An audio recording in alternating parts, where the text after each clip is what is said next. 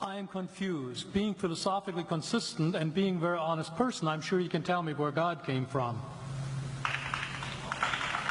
And in addition, once you've told me where God comes from, please try to clarify how you can figure that a spiritual force can have an impact on a material universe to create it. You've got 5 minutes. Now, I just want to know which question. That's all right. You may take the rest of the minutes. We're supposed to do one question at a time. Which one would you like?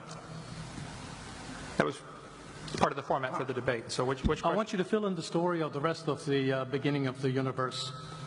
God, spiritual matter, impact on material matter. Okay. So 2 questions. All right. Go ahead. All right, your question, where did God come from, assumes that you're thinking of the wrong, obviously it displays that you're thinking of the wrong God, because the God of the Bible is not affected by time, space, or matter. If he's affected by time, space, or matter, he's not God. Time, space, and matter is what we call a continuum. All of them have to come into existence at the same instant, because if there were matter but no space, where would you put it? If there were matter and space but no time, when would you put it? You cannot have time, space, or matter independently. They have to come into existence simultaneously. The Bible answers that in 10 words. In the beginning, there's time. God created the heaven, there's space, and the earth, there's matter.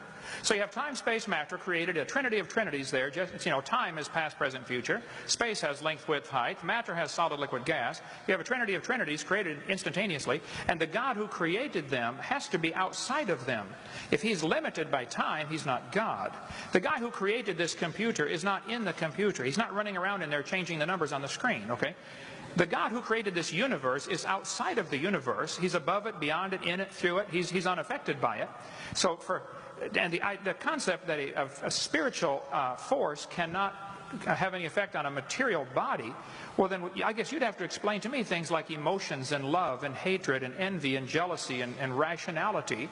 I mean, if your brain is just a random collection of chemicals that form by chance over billions of years, how on earth can you trust your own reasoning processes and the thoughts that you think? Okay, so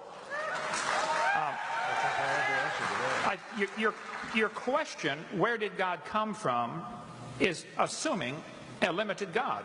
And that's your problem. The God that I worship is not limited by time, space, or matter. If I could fit the infinite God in my 3-pound brain, he would not be worth worshiping, that's for certain. So that's the God that I worship. Thank you.